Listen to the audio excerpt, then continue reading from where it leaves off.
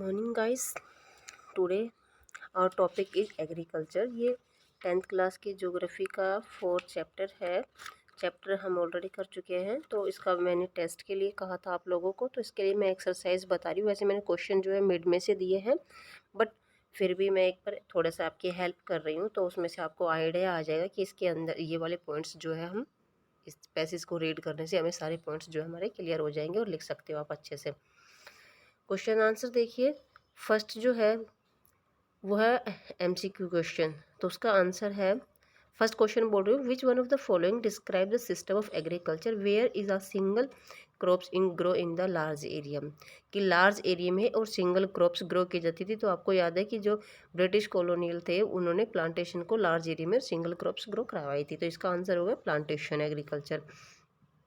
Second है, which one of the following is a rabi crops. तो रबी की crops में ये 4 क्रॉप्स दी हुई है, राइस, मेल्ट, कॉटन और ग्राम। तो ग्राम जो है वो रबी की क्रॉप्स है। थर्ड है, which one of the following is the leguminous crops. तो इसमें आएगी पल्सिस। पल्सिस का लेग्यूमियस का मतलब होता है कि जो सभी सीजन्स में बोई जा सकती है। 4 है, which one of the following is the announcement bye the government in support of the crops. की गवर्नमेंट ने किस तरीके का अनाउंसमेंट किया है एग्रीकल्चर के चलते। तो इन्होंने किया है मिनिमम सपोर्ट प्राइस, कि आप कोई भी जो क्रॉप्स ग्रो करोगे तो उसका मिनिमम सपोर्ट प्राइस पर हम उसको परचेज करेंगे। सेकेंड क्वेश्चन है, 30 वर्ड्स में इसका आंसर देना है। फर्स्ट क्वेश्चन है, name one important beverage crop and specify the geographical conditions required for its growth. तो इसमें बी एवरेज में आपको टी कर देना है, और टी का जो पूरे टॉपिक में डिटेल दी हुई है उसके लिए क्या टेम्परेचर चाहिए, किस तरीके की कंडीशंस रिक्वायर है, वो पूरा आप इसमें 30 वर्ड्स तक लिख सकते हो। सेकंड क्वेश्चन है, name one staple crops in India. India की स्टेपल क्रॉप्स कौन सी है, तो राइस है। फिर वो कौन कौन से रीजन्स में होती है, वो कहाँ पर प्रोड्यूस होती है, उसके लिए टेम्परेचर क्या है, रेनफॉल कितना चाहिए, सॉइल किस तरीके की चाहिए, कौन कौन से स्टेट्स में होती है, इंडिया का जो है कौन से नंबर पर, ये पूरा आपको इसमें लिखना है। पेज नंबर राइस वाले जो पेज है उसके ऊपर ये पूरा आपको मिल जाएगा 36 पर। थर्ड है, and list the various institutional reforms programmes introduced by the government in the interest of farmer. कि गवर्नमेंट ने किस तरीके के जो है प्रोग्राम लॉन्च किए थे फार्मर को एग्रीकल्चर में इंटरेस्ट को बढ़ाने के लिए। तो इसका जो आंसर है वो मैं वैसे बेसिक बता रही हूँ, फिर आप बुक में देख लेना। फर्स्ट तो था एमएसपी। एमएसपी का रेट डिक्लेयर कर दी थी, लोगों को सब्सिडी प्रोवाइड की थी, subsidy of the fertiliser crops. Third आप कर सकते हो कि लोगों को इंश्योरेंस भी दिया था कि यदि नेचुरल डिजास्टर के कारण या किसी भी कारण से आपकी क्रॉप जो है नष्ट हो जाती है तो आपको जो है इंश्योरेंस दिया जाएगा।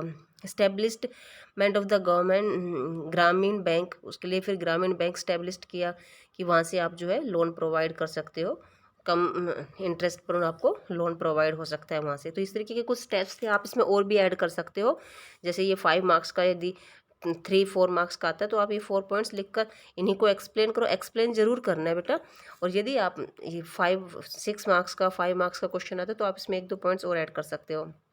4 क्वेश्चन है, the land under the cultivation has got reduce day by day. कि जो कल्टिवेशन है वो दिन पर दिन जो रिड्यूस होता जा रहा है, तो इसके क्या रिजल्ट निकले। तो क्या रिजल्ट निकला, जब एग्रीकल्चर जो है दिन प्रतिदिन कम होता जा रहा है, घटता जा रहा है, तो क्या फूड की शॉर्टेज हो गई। सेकंड है कि फूड के प्राइस हाई हो गए, क्योंकि हमारे पास जो चीज़ कम होती है तो उसके प्राइस जो है हाई हो जाते हैं।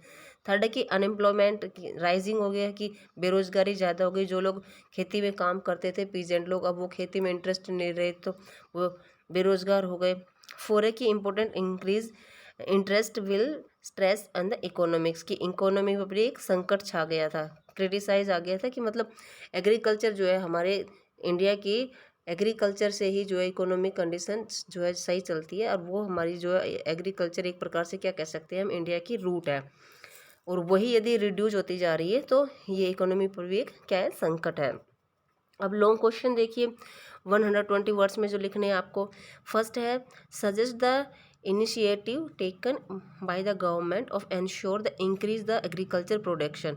कि एग्रीकल्चर प्रोडक्शन किस तरीके से इंक्रीज। तो पेज नंबर 43 पर इसका आंसर है, आप इस पैसेज को पूरा रीड करना। वैसे मैंने अलग से भी इसको जो वीडियो बनाई थी उस पर भी आपको पूरा बताया था।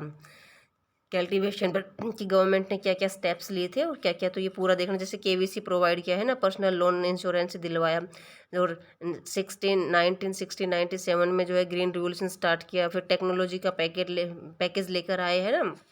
उसके बाद उन्होंने रेडियो टेलीविज़न के थ्रू भी प्रोग्राम अनाउंस करवाए जिससे लोगों को हेल्प मिल सकते।